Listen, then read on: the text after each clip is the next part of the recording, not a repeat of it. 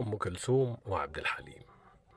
سمعنا قبل كده عن أزمة كبيرة بين كوكب الشرق والموسيقار عبد الوهاب.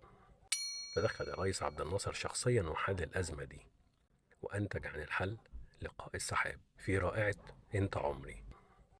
إنما المرة دي كانت الأزمة بين أم كلثوم وحليم بسبب مسلسل أرجوك لا تفهمني بسرعة بطولة العندليب. هنا حليم بيهدد والست بتتوعد و شكلها حرب ابتدت. ايه الكلام ده؟ هنعرف حالا. حليم كان بيعمل مسلسل إذاعي بطولته مع نجلاء فتحي وعادل إمام، وده كان سنة 73. بعد ما خلص تسجيل المسلسل وأعلن إنه عرض رمضان، فوجئ قبل العرض ب24 ساعة بمكالمة تليفونية.